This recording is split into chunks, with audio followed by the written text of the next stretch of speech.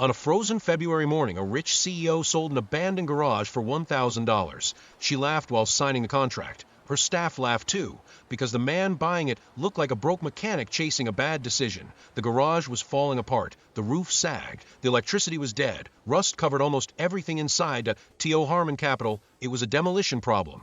But Caleb Merritt stood in the cold, staring at the building like he saw something nobody else could.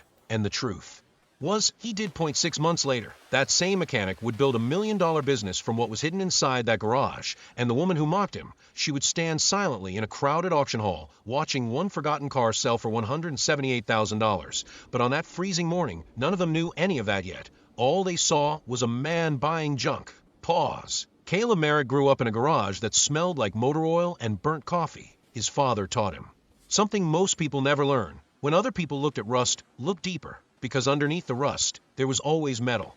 And underneath the metal, sometimes there was value nobody else could see. That lesson stayed with Caleb his entire life, even after losing his engineering job, even after spending months barely surviving, even after sleeping in cheap apartments with more tools than furniture. 31 years old, Caleb had $18,000 left to his name. Not enough to build a future, but maybe enough to recognize one. Pause. The garage sat on the edge of an old industrial district outside Detroit. Most people drove past it without slowing down. The windows were boarded. The main door barely moved. Snow drifted against the cracked concrete walls. It looked dead, but Caleb kept staring at it. Not at the rust, not at the broken roof. The location, the foundation, the structure. The details, the things most people never notice. Pause. When Giselle Harmon arrived for the property. Meeting, she had already made up her mind to T.O. her. The garage was worthless, a liability, an ugly little building sitting on land her company planned to redevelop later. She stepped out of a black SUV, wearing an expensive wool coat, and the calm confidence of someone used to being right. Then, she looked at Caleb, and instantly underestimated him. She asked if he was a mechanic or a scrap hauler. Her assistant laughed quietly. Caleb ignored it. He only asked one thing. "Can I see inside?" Pause. The garage was cold and dark. Caleb used a flashlight on his phone while Giselle explained every defect she could find. Dead electrical system, structural cracks, roof damage, foundation settling. She spoke about the building like it was already garbage. But Caleb barely listened, because in the far corner of the garage, under several dusty blue tarps, he noticed something strange. Shapes. Large shapes. The kind hidden under covers for a very long time. Pause. Then Giselle finally asked the question, "How much?" She smiled before answering, $1,000. Her team laughed again. Caleb didn't. He reached into his jacket, signed the contract, took the key, and walked away quietly into the snow. Pause. The next morning, before sunrise, Caleb came back alone. Heavy flashlight. Tool bag. Notebook. No speech. No excitement. Just silence. The kind of silence people have when they already know something important might be waiting for them. He walked to the first tarp slowly, grabbed the dusty edge, and pulled. Pause. Underneath was a 1967 Mustang Fastback. Caleb froze. Not because it was beautiful. It wasn't. The paint was peeling. Rust covered the body. Dust coated the glass. But the chrome trim was still there. The engine was intact. And deep under all that damage, the car was still alive. Pause. Then he pulled the second tarp, and his breathing changed. A 1969 Camaro Z28. Rare original. Forgotten. Still sitting silently in the dark after decades. Caleb looked around the garage slowly. Then he pulled the remaining tarps one by 1.8 hidden classic cars, all abandoned, all ignored, all sitting inside a garage sold for $1,000, and standing there alone in the freezing dark, with dust floating through the flashlight beam. Caleb realized something. The garage wasn't the opportunity. What was hidden inside it was. On a frozen Tuesday morning in February, Giselle Harmon signed a contract with a smirk she did not bother to hide. $1,000. That was the number she assigned to a crumbling garage she openly called a pile of junk not worth the cost of clearing. The man standing across from her wore a scuffed work jacket and carried grease under his fingernails that no amount of scrubbing had ever fully removed. He did not argue. He did not flinch. He simply took the key, nodded once, and walked away into the gray winter air. Giselle turned to her assistant and said something that made the whole group laugh. 6 months later, the name Caleb Merritt appeared on the front page of a regional business publication, and Giselle Harmon, the woman who signed that contract, stood outside a building that used to belong to her company, staring at a reality she had manufactured herself and could not undo. Listen closely because what happened inside that garage changes everything you think you know about how value works, where it hides, and what it costs a person who is too certain too quickly to look past what is in front of them. Caleb Merritt grew up in a house that smelled like motor oil and burnt coffee. His father, Raymond Merritt, opened a one-bay garage on the outskirts of Detroit in 1987 and ran it for 22 years until his back gave out and his hands could no longer hold a wrench steady. Caleb spent every Saturday of his childhood in that garage, not playing, not watching television, but learning. Learning how to listen to an engine the way a doctor listens to a heartbeat. Learning how to read the stress marks in a frame the way an engineer reads a blueprint. Learning how to see past rust and cracked paint and dead batteries to the mechanical soul underneath. By the time he was 17, he could diagnose an engine fault by sound alone. By 19, he was rebuilding transmissions from scratch. By 22, he had earned an engineering degree in automotive systems from State University, graduating near the top of his class, and landed a position at Vantage Auto Holdings, a mid-size firm known for its technical restoration division. The kind of work that required both academic precision and hands-on instinct. Caleb had both in abundance. He spent 7 years at Vantage. He was not the loudest voice in any room, but he was often the most accurate one. Colleagues trusted his assessments. Managers relied on his reports.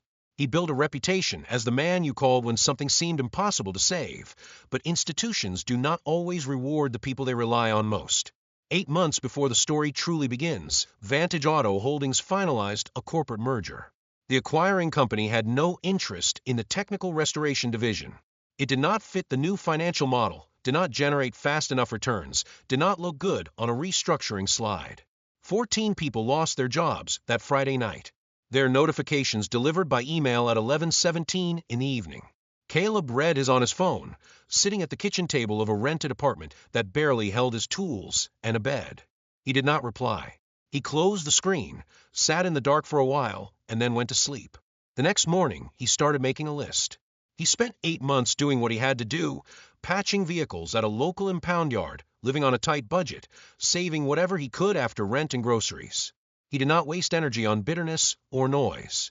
He looked for opportunity, the way his father had taught him to look at broken engines, methodically, quietly, without the expectation that it would announce itself. He was 31 years old. He had no debt beyond a small credit balance, and he had $18,000 in savings. Not enough to open a shop, but enough to start something if the right start appeared. Giselle Harmon had never fixed anything with her hands in her life, and she would have told you that with no apology. She had a different kind of intelligence, financial, territorial, relentless. At 38, she ran Harmon Capital Group, a real estate firm she had inherited from her father at 29 and grown aggressively over the following decade. Revenue had more than doubled. The company had moved from residential flips into commercial development, then into urban industrial redevelopment, buying old manufacturing land cheap, rezoning it, and selling it to developers at a significant premium. It was a business built on recognizing land value before others did, which made the irony of what was about to happen particularly sharp. Giselle had a reputation for being direct to the point of cruelty, for cutting meetings short the moment she decided the agenda no longer served her, and for treating anything she did not immediately understand as something beneath her time. She had been called a visionary by her local chamber of commerce and a bulldozer by the people who negotiated against her. Both descriptions contained the truth. She was not cruel in the way that people who enjoy cruelty are cruel. She was indifferent, which is a different thing entirely, and in some ways harder to argue with. Indifference does not bend to evidence the way that malice sometimes does. It simply does not register the evidence in the first place. In January of that year, Harmon Capital acquired a 4-acre parcel of old industrial land on the northeastern edge of the city, a former light manufacturing zone that had been sitting dormant for over a decade. The plan was straightforward. Hold the land, push through a rezoning application for mixed commercial use, and flip the whole parcel to a larger development group within 2 years. On paper, the acquisition was clean. In practice, it came with a complication. Sitting at the rear corner of the property was a garage structure, roughly 900 square feet, built sometime in the 1960s with a rusted corrugated tin roof, 3 collapsed interior shelving systems, a main roll-up door that had not opened in 3 years, and an electrical system that a Harmon technician described in one word: dead. Giselle's team estimated the demolition and clearance cost at somewhere between $12,000 and $15,000. That was money Giselle had no interest in spending on a building she considered a liability. When the idea of selling the structure can seek and selling sell, consider brief internal conversation.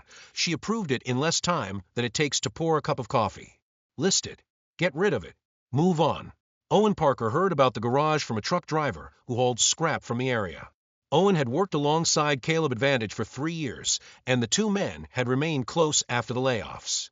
Owen was now freelancing, welding, fabrication, occasional engine work, and he called Caleb the evening he heard the rumor, more out of instinct than certainty. He told Caleb what he knew. Old garage, bad condition, Harmon Capital wanted it gone, might sell cheap. Caleb said very little on the phone. The next morning, he drove out to the property and parked on the far side of the street. The temperature was hovering near 20 degrees. Light snow moved sideways in the wind. He sat in the car and looked at the building for approximately 15 minutes without moving. From the outside, it was objectively not impressive.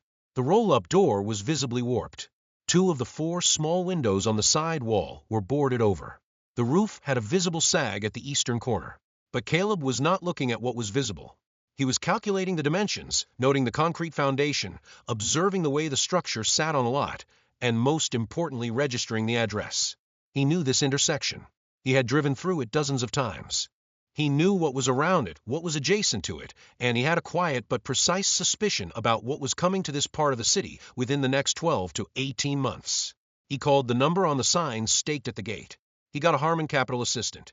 He asked to arrange a viewing. The appointment was set for the following week.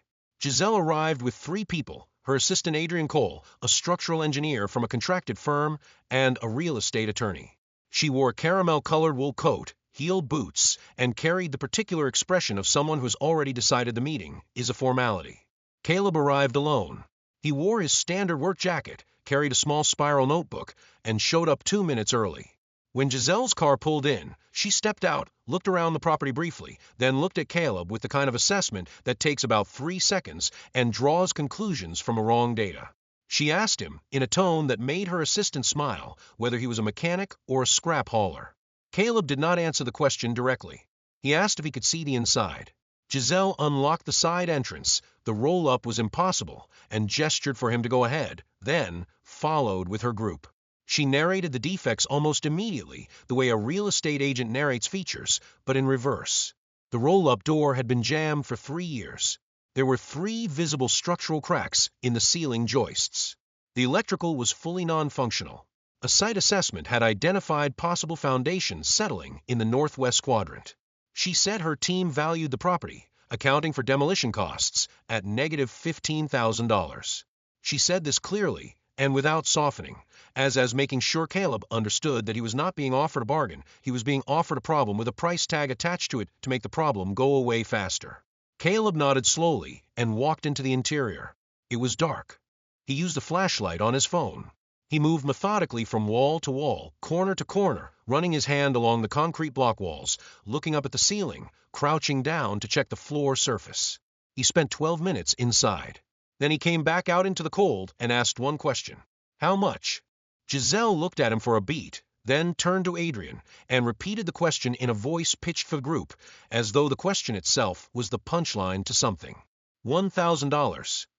She said, with a full waiver of any harm and liability, and a relocation clause requiring Caleb to vacate the structure within 18 months should the broader redevelopment project receive formal approval and break ground. Caleb agreed without negotiating. He signed the contract at a folding table that someone had set up near the gate with the wind cutting across the lot, and the attorney watching over his shoulder. When the handshake was done, and Caleb had the key in his jacket pocket, Giselle said to Adrian, just loud enough that she was noting in the file the sale of a derelict garage to a very optimistic man. There was quiet laughter. The group walked back to their vehicles. Caleb stood at the gate for a moment, then turned back toward the building, and walked the length of the exterior one more time before heading to his car. He stopped near the side door for exactly 2 seconds, looked through the gap in the warped frame at something in the far interior corner, something beneath a large blue tarp, something that rose from the floor nearly to the ceiling, and then he walked to his car and drove away. He came back the next morning at 6 o'clock. He came with a heavy flashlight, a pry bar, a set of hand tools, and his spiral notebook. He did not start with the structure.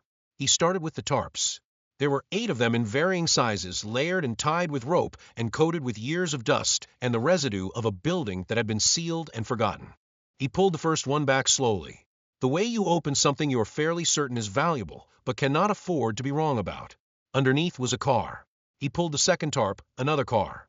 He worked through all 8 in just under 30 minutes. Each one a variation of the same revelation. 8 automobiles arranged in 2 rough rows. Every one of them covered and left in a building that Harmon Capital's team had walked into, looked around, and classified as an empty demolition target without ever once looking past the tarps that covered the most significant contents of the space. He stood in the middle of those 8 cars with his flashlight moving slowly from one to the next and said nothing out loud. The first car he cleared enough dust from to read the badge, a 1967 Ford Mustang Fastback. The body had surface rust on the quarters and roof. The paint was peeling in wide strips, but the chrome trim was all present.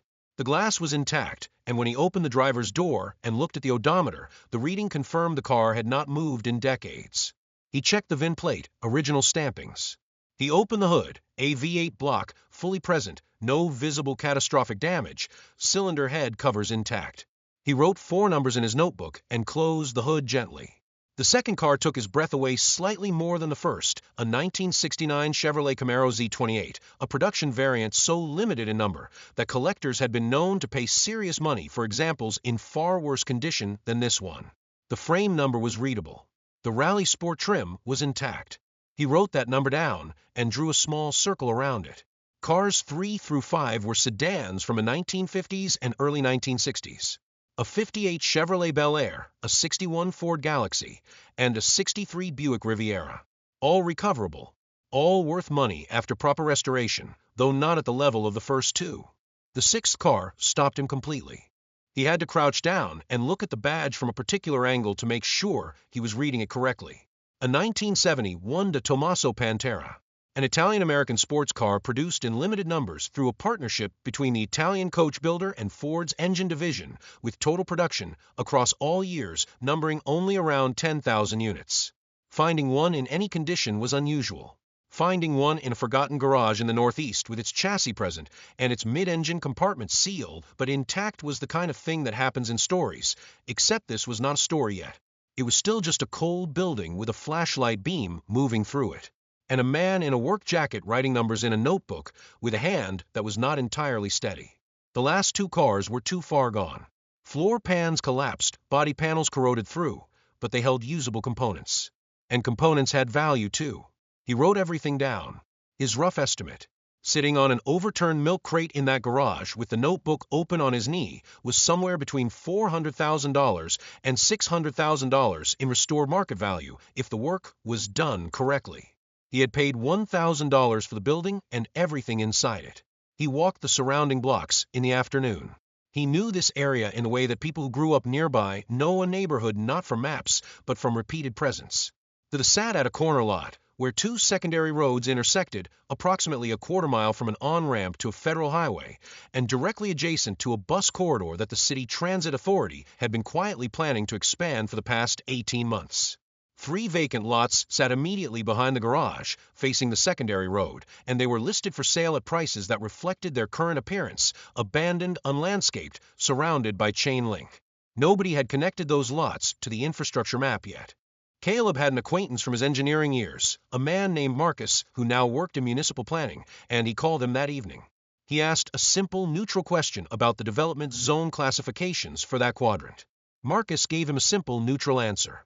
The entire block sat inside what the city's internal planning documents called a Phase 2 Commercial Development Priority Zone, meaning that within 12 to 18 months, the infrastructure upgrades would be formally announced and land values in the zone would shift accordingly. Caleb thanked him, ended the call, sat at his kitchen table, looked at the numbers in his notebook, and smiled. It was the first time he had smiled without reservation since the night he was laid off. He called Owen the next morning. He did not explain everything on the phone. He said only that he had found something that there was no salary in the immediate term, and that he believed it would be worth the investment of time. Owen asked how much Caleb had paid for the property. Caleb said $1,000. There was a pause. Owen asked him to repeat the number. Caleb did. Another pause, and then Owen said he would be there by 8 o'clock. When Owen walked into the garage and saw the 8 cars partially uncovered, he stood in place for a long moment. He looked at the Camaro, then the Mustang, then the Pantera. He turned to Caleb and said quietly that he had to sit down. Caleb told him they would start with the Mustang. Owen took off his jacket and asked where the tools were. The first 2 months were the kind of work that does not photograph well and does not make for easy storytelling. It was relentless, repetitive, cold, and occasionally demoralizing. Caleb slept in the garage during the first 3 weeks to save the rent money, laying a cot near the south wall where the wind did not cut through. They worked from before sunrise to well past dark most days. The Mustang required a crankshaft replacement, a part that had to be sourced through a private supplier in Ohio. And the 3-week wait meant they shifted to preparation work on the Camaro and the Bel Air, pulling apart, cleaning, cataloging, assessing what could be rebuilt and what had to be replaced. Caleb spent his own money carefully. $18,000 had seemed like a workable foundation, but between replacement parts, specialty fluids, body shop compounds, new wiring harnesses, and the welding rod and sheet metal stock that Owen went through at a steady pace, the account moved in one direction. By the end of the first month, he had $1,200 left. He did not tell Owen. He took 2 nights of towing work through a contact at the impound yard to generate enough cash to order the next batch of supplies and said nothing about it. One night in the middle of February, a section of the eastern roof failed in a rainstorm. Not catastrophically, but enough that water poured directly into the open engine bay of the Camaro, which they had fully disassembled for inspection. Owen put his fist on the workbench and said several things that are not worth repeating. Caleb stood looking at the water pooling in the cylinder cavities, then found 2 additional tarps and covered everything that was exposed. He cleaned up the water with rags. He went back to what he had been doing. Owen watched him for a minute and then picked up his tools and went back to work, too. There was a period around the 3rd week of February when Caleb sat alone in the garage late at night and took out a small notebook, not the spiral one with the vehicle records, but an older one-water stained at the corner that had belonged to his father. Raymond Merritt had written notes in it across 30 years of working on cars, observations, measurements, reminders, small pieces of philosophy that had accumulated the way grease accumulates in the threads of an old bolt. On one page near the middle, in his father's blunt handwriting, was the sentence, "When they see rust, you see the metal underneath." Caleb had read that sentence perhaps 100 times in his life. As a child, it had sounded like a mechanic's proverb. As an adult who had spent 7 years at a corporate firm, it sounded like the most economically accurate thing anyone had ever written down. Caleb took out a pen and wrote below it in his own hand, $1,000 February. This is where it starts. He closed the notebook and put it in the inner pocket of his jacket, where it stayed for the remainder of the project. By the end of March, the Mustang was finished. Not repainted in candy colors or modified with aftermarket parts, restored correctly to its original specification, the way a serious collector demands. The body panels had been stripped, primed, and respray painted in the factory-correct shade of Highland green. The chrome had been re-chromed where necessary and preserved where possible. The VIN had been rebuilt with period-correct components. The carburetor rebuilt, the cooling system flushed and resealed, the interior retrimmed in correct black vinyl.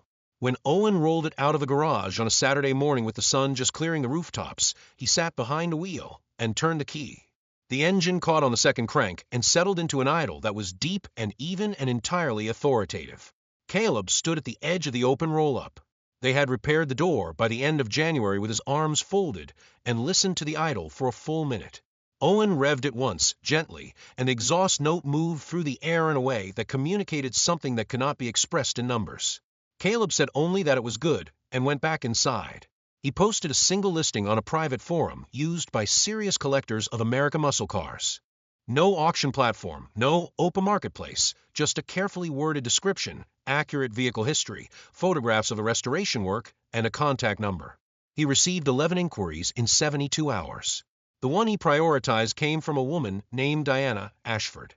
She was 55 years old, a widow who had inherited a significant estate from her late husband, a man who had made his fortune in industrial manufacturing, and who had spent the past decade building one of the more serious private collections of daughter American classic automobiles in the northeastern region, housed in a climate-controlled facility on her Vermont property. She did not negotiate aggressively.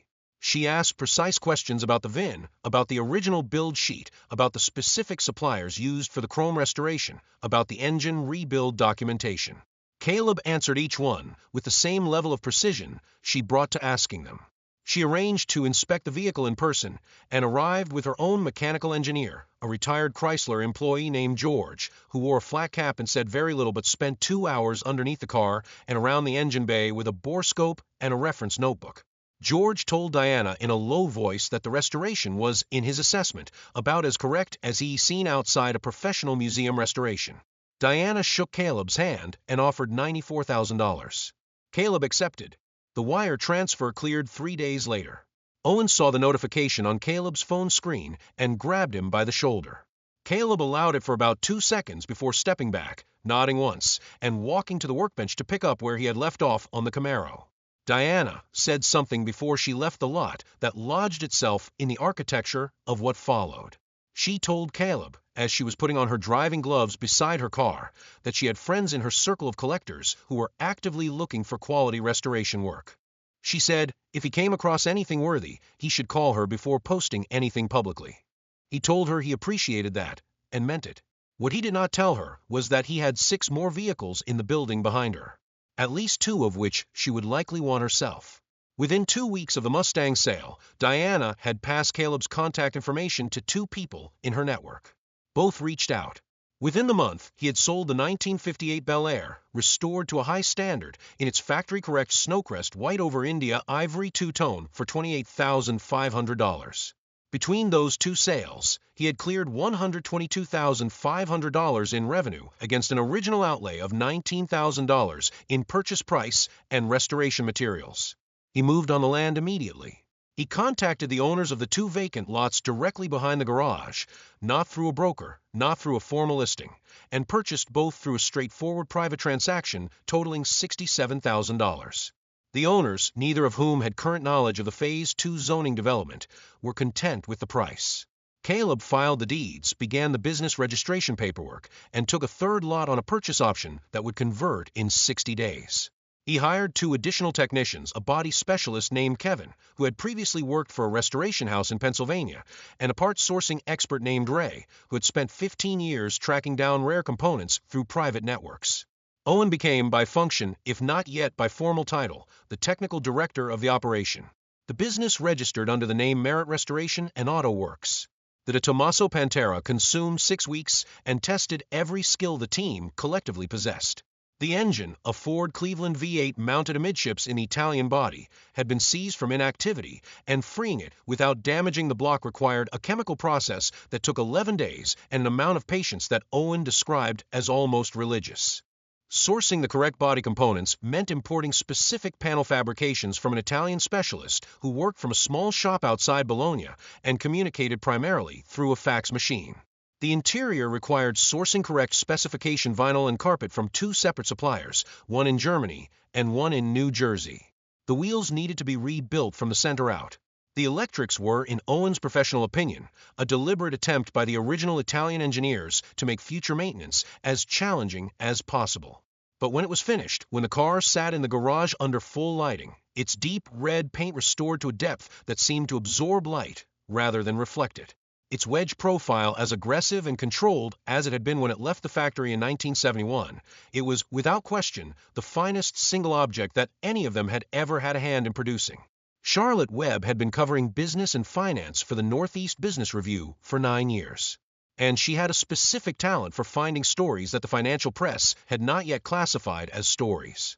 She heard about Merit Restoration through a contact who attended collector car events in the region called Caleb in early June and was told politely that he was not interested in being interviewed. She sent him an email the following day. She did not offer a favorable profile or promise positive coverage. She wrote that she was not interested in documenting success. She was interested in the moment someone saw something that everyone else had dismissed and decided to act on what they saw. Caleb read the email twice, thought about it for a day, and agreed to 30 minutes. They met in the garage, which was by that point a functioning, organized, staffed operation that bore no resemblance to the building he had unlocked in February. They talked for 2.5 hours. Charlotte asked about the cars. She asked about the tarps. She asked about the February morning and the key and the contract. She asked who had sold it to him. Caleb said, without heat or emphasis, that the property had been sold by Harmon Capital Group and that the CEO had signed the paperwork personally. Charlotte wrote this down and underlined it. The Barrett-Jackson Special Consignment event was held on the last Saturday of June at a conference facility in the city. Caleb had submitted the Pantera for consideration in January before the restoration was complete. On the strength of the vehicle's provenance and his documentation of the restoration plan, it was accepted as one of 10 featured lots for the evening session. Caleb arrived in a dark suit, the first time he had worn one since his father's funeral 5 years earlier. Owen sat in the second row with his arms crossed, and his jaw set in the expression he used when he was trying not to show that he was nervous. Diana Ashford was in attendance. She had heard about the consignment through her network and came with 2 companions from her collector circle. She and Caleb made eye contact across the reception hall, and she raised her chin slightly in acknowledgement. The Pantera was the 8th vehicle presented. When it came through the curtain onto the main floor under the overhead lights, there was an audible shift in the room. Not applause yet, just the collective intake of breath that happens when something genuinely beautiful enters a space. The auctioneer introduced the vehicle, its history, its rarity, and its restoration provenance. And when he named Caleb Merritt and Merritt Restoration and Auto Works as the restoring firm, a section of the audience who had read Charlotte's article, which had been published 4 days earlier, responded with a round of applause that was warmer than the typical lot acknowledgement. The bidding opened at $80,000. It moved quickly to $100,000, then $130,000, then paused at $155,000 before a phone bidder pushed it to $168,000. A man in the third row came back at $172,000. The phone bidder responded. The room went quiet in the way rooms go quiet when the number is real and the participants understand it. The hammer came down at $178,000. Owen exhaled so loudly that the man next to him turned around. Caleb sat still for a moment after the gavel fell, then stood and accepted the handshake from a floor representative. He was composed in the way that only people who have spent months in a cold garage working toward a specific outcome can be composed when that outcome arrives. Not surprised, not overwhelmed, just confirmed. Giselle Harmon was at the event.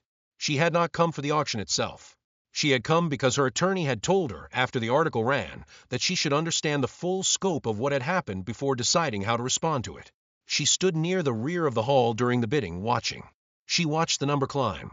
She watched the gavel fall. She watched Caleb accept the congratulations of the people around him with quiet economy. After the session concluded and the room began to thin, she walked across the hall toward him. It was a walk that required something from her. Not remorse, exactly, because Giselle Harmon was not built for remorse, but something adjacent to it. Something that required her to override the part of herself that had been running a specific self-protective narrative since the morning Adrian had placed the article on her desk. Charlotte Webb saw her moving across the room and already had her notebook out. Giselle stopped in front of Caleb. She was without her team. There was no Adrian, no attorney, no engineer. Just her. In a different coat than the one she had worn in February, standing in front of a man whose name was now in 2 business publications and who had just watched his work sell for more than $178,000 in a single evening. She said that she had misjudged the situation. She did not elaborate. She did not offer additional language. From another person in different circumstances, the statement might have seemed insufficient, but from Giselle Harmon, who had built a professional identity on the premise that her assessments were more accurate than everyone else's, the admission was, in its way, complete. Caleb looked at her for a moment. He did not use the opportunity to revisit February. He did not quote her words back to her. He did not perform the vindication that the situation technically offered him. He said in a level voice that she had seen what the building looked like and made a call based on what was visible, and that he had made a different call based on what he believed was underneath. He said that they had looked at the same thing with different equipment. Then he extended his hand. She shook it. He turned and walked back to where Owen was standing and said something to him quietly, and they both looked at the empty floor where the Pantera had been displayed. And then they started talking about the Camaro. By the end of June, the complete financial picture of Merritt Restoration and Auto Works looked like this. Total revenue from vehicle sales in the Barrett-Jackson consignment had reached $398,000. The 3 lots of land acquired behind and adjacent to the original garage had, following the formal public announcement of the Phase 2 infrastructure program in May, been independently assessed at a combined value of $520,000, approximately 3 times what Caleb had paid for them. Active restoration contracts, including a commission from Diana Ashford for a vehicle she had sourced independently and wanted Caleb's team to bring back, along with 2 additional contracts from clients in her network, totaled $145,000 in confirmed work. The total net asset value of the operation, accounting for equipment, property, outstanding contracts, and the 2 remaining restorable vehicles still in process, was estimated to exceed $1 million. Owen Parker had been offered a formal 20% equity position in the company, which he accepted without the need for a long conversation. Caleb submitted a building permit application for a permanent structure on the consolidated lot, a proper multi-bay facility with a dedicated paint booth, a climate-controlled storage bay, and an office wing. He named the project on the application documents Merritt Auto Works Building 1. He went back to the garage alone on a Thursday evening in early July after the crew had left for the day, not to work, just to stand in it. The roof had been fully replaced in April. The concrete floor had been cleaned, patched, and sealed. The roll-up door operated on a new motor. The electrical system was entirely new. The space was organized, lit, functional, and for the first time since its construction, genuinely alive. He walked to the eastern corner, the one where he had pressed his hand against the wall on the morning of his first day inside, the morning of the tarps and the flashlight and the notebook. The wall there had not been repainted. The original concrete block, spotted with rust stains from the old roof and darkened with age, was still exactly as it had been when he first touched it. He had told Kevin when they were going through the renovation to leave that section. Kevin had asked why. Caleb had said only that it was the most important part of the building and that it should stay as it was. He stood in front of it for a while, not thinking about anything in particular, just standing in the place where it had started. Then he turned off the bay lights, locked the roll-up door, and walked to his truck. People who heard the story later, and many people heard it because Charlotte Webb wrote a second piece that ran in 3 national publications, often asked Caleb what the lesson was. He gave different answers in different moments, depending on who was asking and what they seemed to need to hear. To other tradespeople, he said that credentials do not protect you, and neither does institutional loyalty. So build the thing you can build with your own hands. To younger people, he said that being dismissed is not the same as being wrong. To journalists, he said very little because he had learned from his conversation with Charlotte that the more he said, the more other people's interpretation filled in the spaces he left open, and he preferred the story to mean what it actually meant rather than what was convenient for a headline. The shortest answer he ever gave, and the one that appeared in most print, was still the same. Look more carefully before you decide. In private, in the notebook that lived in his jacket pocket, he wrote something longer on the page below his father's handwriting and below his own entry from February. He wrote that Giselle had seen the cost of things and called it value, and that he had tried to see the value of things and let the cost figure itself out. He wrote that she had looked at rust and seen a problem, and that he had looked at rust and tried to understand what the metal underneath was capable of. He wrote that neither of them had been irrational. They had just been trained to look for different things. And in that one transaction, on that one cold morning, the difference between those 2 ways of seeing had been worth approximately $1,000 on one side of the ledger and everything else on the other side. He closed the notebook. Outside the window of his new office, a small room he had set up in the corner of the garage, with a used desk and proper chair, the lights of Merritt Auto Works were still on. Owen had left the compressor running in the back bay, and through the wall, Caleb could hear the slow, regular pulse of it. The sound of a shop that was working, that was alive, that had been built from a decision made in the cold with a key in a jacket pocket and a number written in a notebook, and a very specific way of looking at things that other people had already decided were not worth looking at. That a Tommaso Pantera that sold for $178,000 had spent 40 years under a blue tarp in a building assessed at negative $15,000. The garage that housed it had been sold for $1,000 by a woman who was certain she understood value. Caleb Merritt had paid $1,000 for it because he was certain he understood something else entirely, and in the end the thing he understood was not the cars and not the land and not the contracts and the auction and the article and the handshake. It was the difference between what something looks like and what it is. That difference measured in time and certainty, and 6 months of work that started before sunrise and ended past midnight, turned out to be worth considerably more than $1,000. It turned out to be worth everything. And maybe that's the real lesson. Most people only see what's on the surface: rust, failure, broken things. But sometimes, if you look carefully enough, there's something valuable hiding underneath. Caleb Merritt didn't become successful because he got lucky. He became successful because he looked deeper than everyone else. So the next time life puts something difficult in front of you, don't ask how broken it looks. Ask what it could become. If this story meant something to you, make sure to subscribe for more cinematic stories about hidden value, second chances, and people who refuse to quit.